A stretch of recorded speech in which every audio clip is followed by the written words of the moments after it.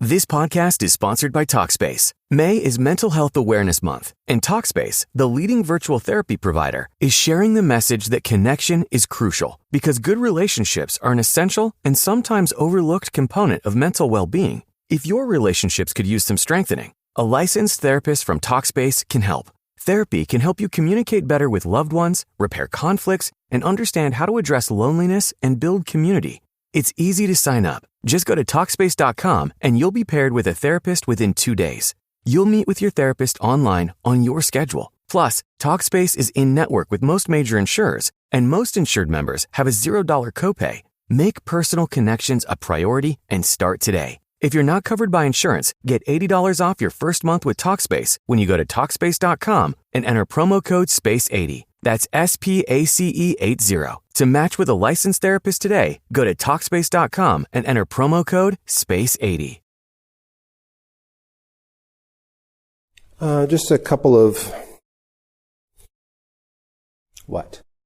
notes before I begin talk tonight. Just want to ask that going forward in the future, if you're going to come tonight on these Tuesdays, that you make sure that you turn your notifications off and leave your phones outside. My preference would be if you turn them off completely. We're all practicing deep awareness and a deep quiet. And some of us have been heavily conditioned to be aware of the sound of bells. So just for the benefit of everybody who's practicing, just collaboratively holding this environment as a place of refuge. Each of us is so inundated every day with so many taxes on our attention. And so I'd really love if we could all work together to make this place a place where we have an opportunity to really settle in, to practice to one another, to practice with one another. So just paying a little bit of attention to how our devices and behaviors and bodies are impacting one another, and doing what we can to make that impact beneficial. Thank you. Earlier today, I was reflecting and speaking a little bit about a practice that we have in Zen that mirrors practices in some other traditions. In Zen, the practice is called Sangemon, which has kind of a clunky English translation. I really don't like it because it smells of religion a little too much for me. The translation is often given as repentance. I don't really like that translation. Reconciliation is one that I think is a little bit better, or amendment maybe is another one. And so in the formal practice, in the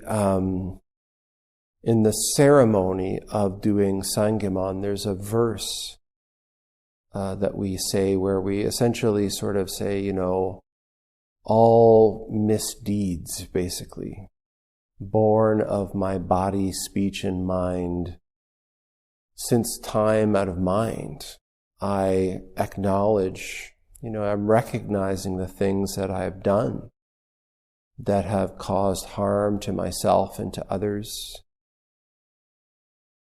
And the way that I often talk about it is that the one of the practices is, we can say, oh, I'm a jerk because my father wasn't nice to me. Or we can say, I've got crappy attitude towards women because of the culture that I was brought up in. Or we can say, all kinds of things, and we can make it about the experiences that have happened to us being the cause for why we behave in the way that we do. And there's kind of a psychological truth to that in one way. But it's also a practice of accepting responsibility. The Sangha practice is really one of saying, I see that these things have led me to behave in particular ways. And now knowing that, recognizing that, becoming aware of that through practice, through life experience, I'm committing to taking responsibility how I go forward from here. I'm no longer going to pass the responsibility for those things on. While it's true these horrible things may have happened to me, I'm going to turn those into a kind of tool for practice. And going forward, I'm going to be aware of how these things have impacted me, and I'm going to make different choices. I'm going to begin to step forward in new ways to see if I can't just reduce the amount of negative impact I can have in my relationships and in the world. There's another aspect of Sangemon which is very rarely, if ever, really spoken about.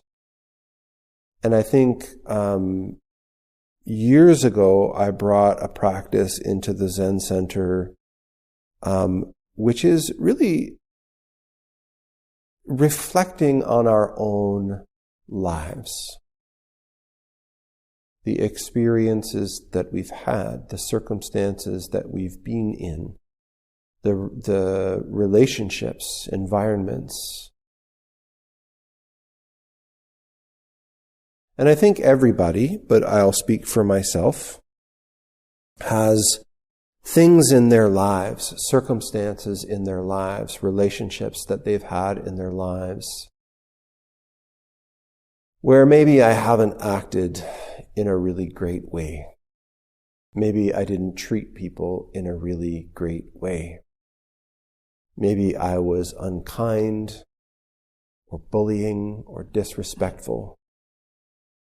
It goes from the time that I was a child to yesterday. And sometimes we get far enough away from those experiences and those relationships that when we think about them, when they come up, we think, oh, yeah, that still kind of bothers me. I wish I could get over it because it's in the past now. So in the conversation I was having today, the question came up, is it of value to go back? Is it of value to go back to people that we treated unkindly in the past, to acknowledge the way that we behaved, to apologize for the way that we behaved, and for the harm that we might have caused that person? When I worked at hospice, this was a practice that I did often with people who were terminally ill and family members and friends of people who were terminally ill. Just sitting with people and talking through things that we carry, from small slights to great harms.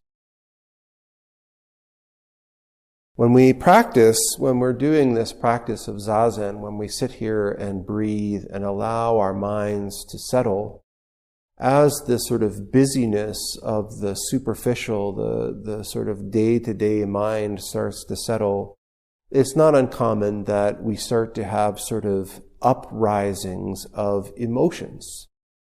As the surface settles, the deeper rhythm, the deeper currents begin to sort of move. And it's not uncommon if we sit for long enough that these old experiences come up. And what I've found is that the longer you live, the more you find that those things that are in the past, they don't just go away. And you can think, oh, that person probably never really thinks about that anymore, or, oh, It's so far in the past, I really should just let it go. But somehow we don't. So one of the practices that I really recommend, and this is something that you really have to do with some sensitivity and some consideration, is a practice of reconciliation. If there are people with whom you have caused harm, said unkind things, reflect on whether it's possible for you to go back and to speak to that. It's important to really consider, and I don't recommend doing it if by doing so you are going to bring more harm. So that's something that you have to bring into practice to really consider. But chances are there are a few places in our lives that each of us can go back and to acknowledge, to apologize, just to speak about. Sometimes the people that we've caused harm with, or the circumstances or the environments that we want to sort of address, aren't there for us anymore. People die, circumstances kind of dissolve. And in those cases, these are practices that you can do entirely contained within your meditation practice. Bringing those people into your mind, bringing those circumstances alive in your body, and going through the process of doing Sangemon. In Sangemon, the ritual, the full ritual, a practitioner lowers themselves, places their forehead, the sort of highest part of our body, and sort of, neurologically, our forehead is all of that sort of nice, logical, high-functioning stuff. We place it right on the ground, lowering ourselves completely, putting it down, and speaking from our hearts. Genuinely sorry for the things that we've done in the past that have caused harm. Genuinely committing to make the changes so that we don't cause that same kind of harm in the future. It's not out of guilt. It's not out of any sense of sort of like, moral punishment coming your way if you don't. You're not a good or bad person if you do or you don't. For me, it's a quite a practical approach, because what I found is that in my practice, in my life, those places, as I have continued to practice, as I've continued to reflect on my life, I've become more aware of who I truly am as a person. And as that's happened, I become more and more aware of those times in my life where I have behaved and have acted in ways that are genuinely out of alignment with who I am as a person. There's like bends. And it's almost as if there's like a piece of myself that gets stuck there, that's still holding on to that action, or still holding on to that scene or that moment.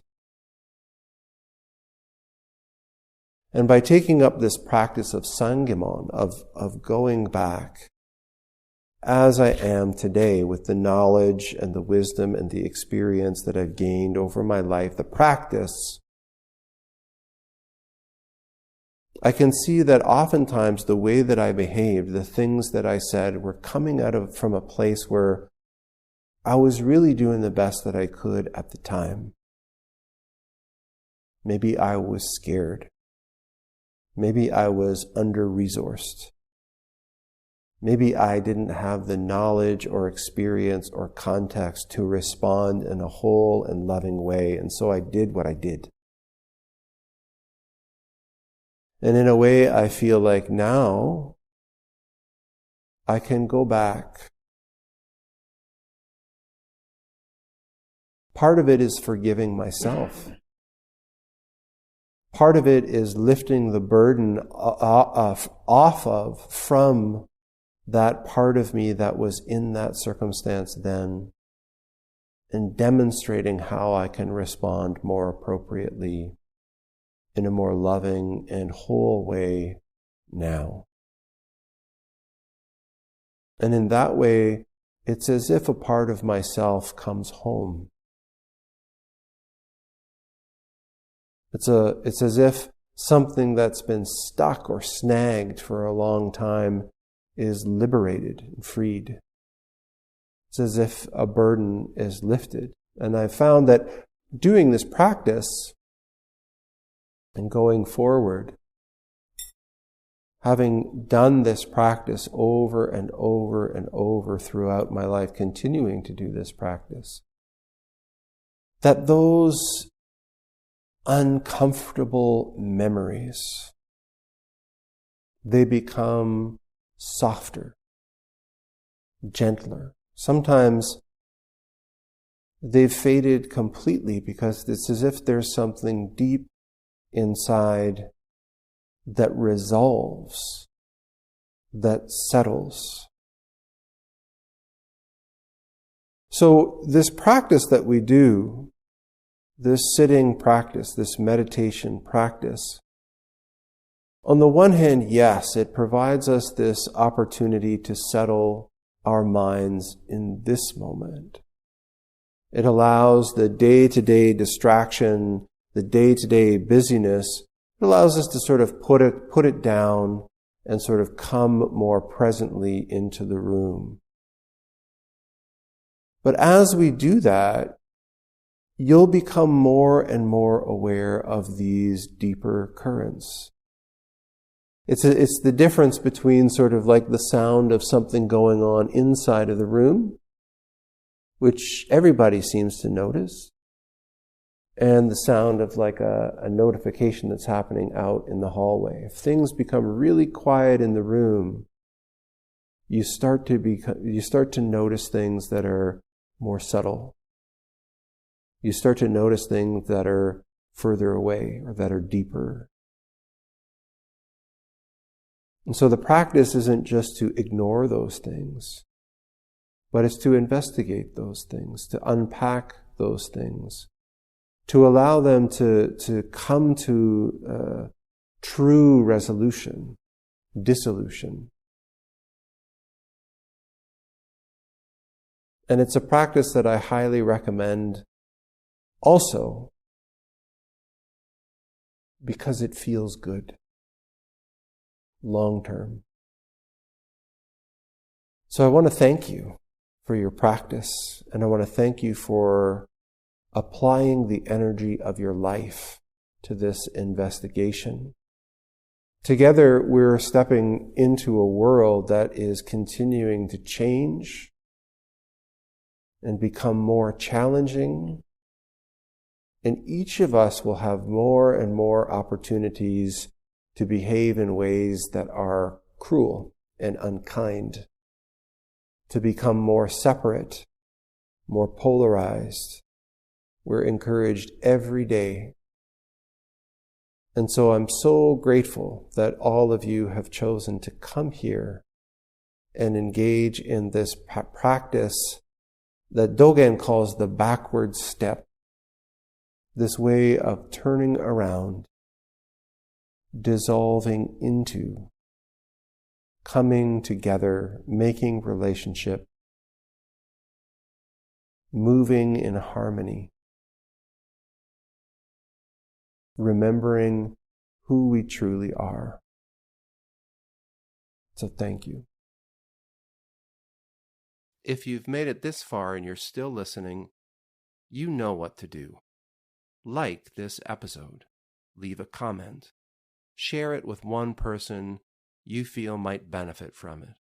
Subscribe if you haven't already. It costs you nothing, but it's how this podcast keeps going. Thanks for practicing with me.